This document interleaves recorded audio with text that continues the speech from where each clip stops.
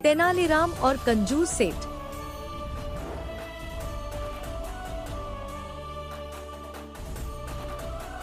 राजा कृष्णदेव राय के राज्य में एक कंजूस सेठ रहता था।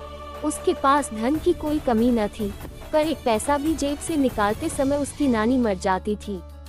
एक बार उसके कुछ मित्रों ने हंसी हंसी में एक कलाकार से अपना चित्र बनवाने के लिए उसे राजी कर लिया।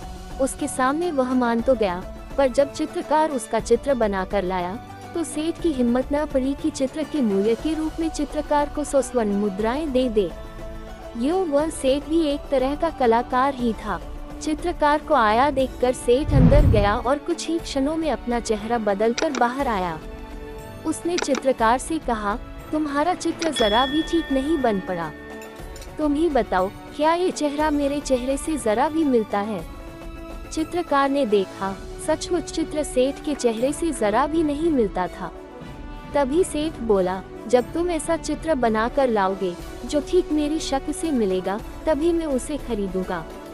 दूसरे दिन चित्रकार एक और चित्र बना कर लाया जो हूबहू सेठ के उस चेहरे से मिलता था जो सेठ ने पहले दिन बना रखा था। इस बार फिर सेठ ने अपना चेहरा बदल लिया और चित्रकार के चित्र में कमी निकालने लगा। चित्रकार बड़ा लज्जित हुआ। उसकी समझ में नहीं आ रहा था कि इस तरह की गलती उसके चित्र में क्यों होती है। अगले दिन वह फिर एक नया चित्र बनाकर ले गया, पर उसके साथ फिर वही हुआ। अब तक उसकी समझ में सेठ की चाल आ चुकी थी।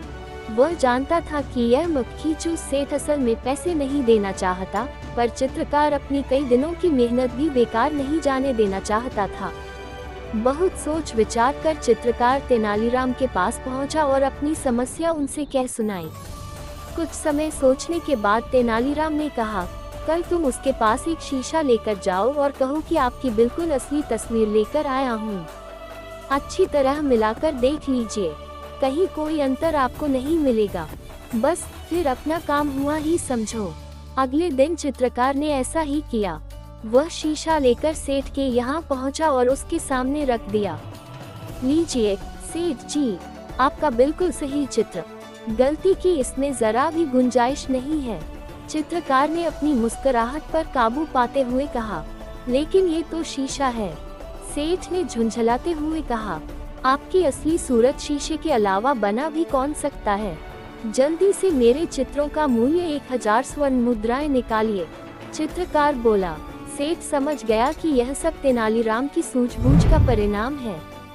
उसने तुरंत 1000 स्वर्ण मुद्राएं चित्रकार को दे दी। तेनालीराम ने जब ये घटना महाराज कृष्णदेव राय को बताई तो वह खूब हंसे।